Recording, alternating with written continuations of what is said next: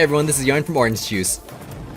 We'll be talking about Zap. It's a low-cost spell with instant cast time that inflicts damage in a small radius.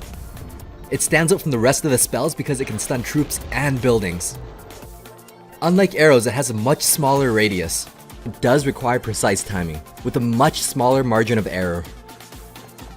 It can't take out a large area of troops. Experienced players that know you have Zap will stagger their troops. It's still an effective spell due to its low cost.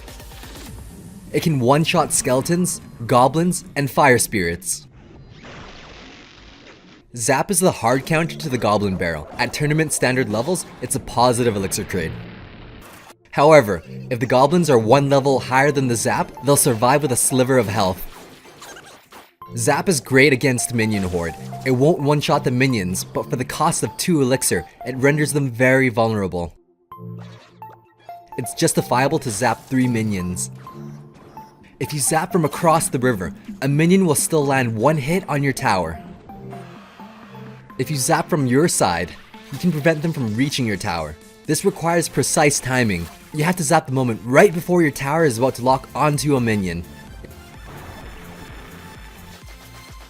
If you react too slowly, the tower's princess will begin to draw her bow for the 3rd shot on the same minion. This interrupts the arena tower's final startup frame, allowing 2 minions to get a shot on your tower.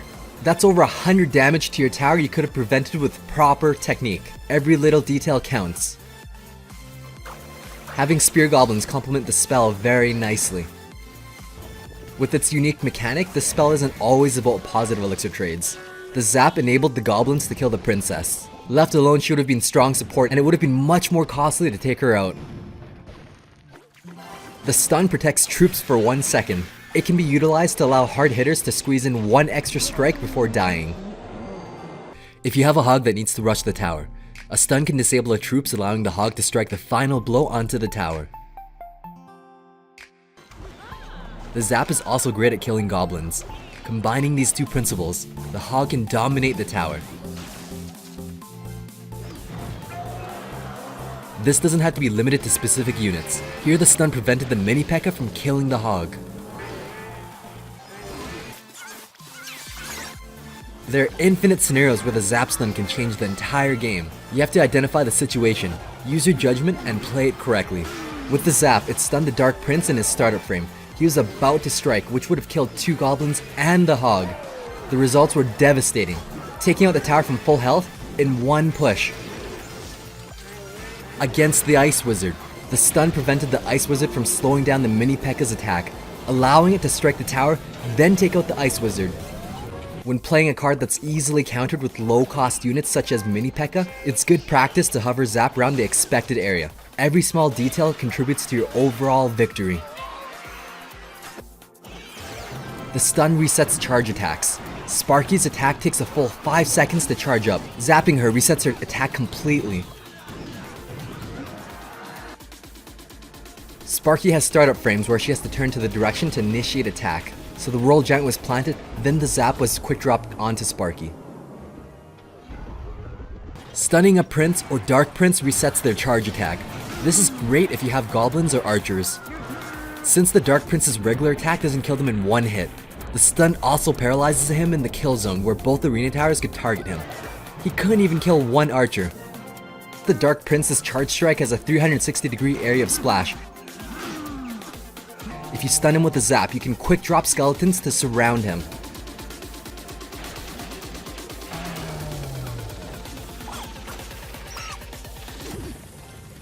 It can also force buildings to retarget the nearest troop. The stun caused the arena tower to retarget onto the miner. Vice versa, it can persuade the Royal Giant to retarget the nearest building. Zap can deny the collector from pumping 1 elixir, as well as deny 1 wave of barbarians and fire spirits from spawning. Knowing this, if you have other crowd control cards in your deck, it's not entirely a bad idea to zap 2 passive buildings while damaging their arena tower. Against a furnace and goblin hut, try to kill 1 wave from spawning as well. The stun is an invaluable mechanic that can change the outcome of the game. If there were a ranking system, it would be an S tier card. The princess can kill minion horde in just 2 hits, but she has the 3-second attack speed. The zap stunned her, allowing the minions to take down the tower at critical health. For the cost of 2 elixir, it provides insane value. Stunning the princess, it won the game. Timing the stun is critical. The stun disarmed the tower and the princess, allowing the goblins to deal hundreds of damage to the tower.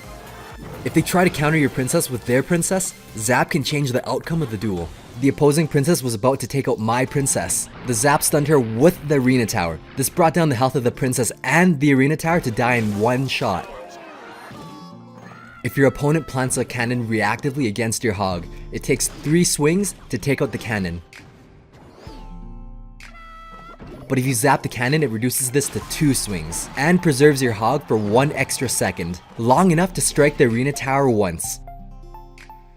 Knowing Zap allows the hog to take out a cannon in 2 shots, the Zap provides insane value, stunning the cannon and damaging the minions. If not for the Zap, that one minion wouldn't have survived. That single minion hit the tower 8 times, inflicting over 600 damage.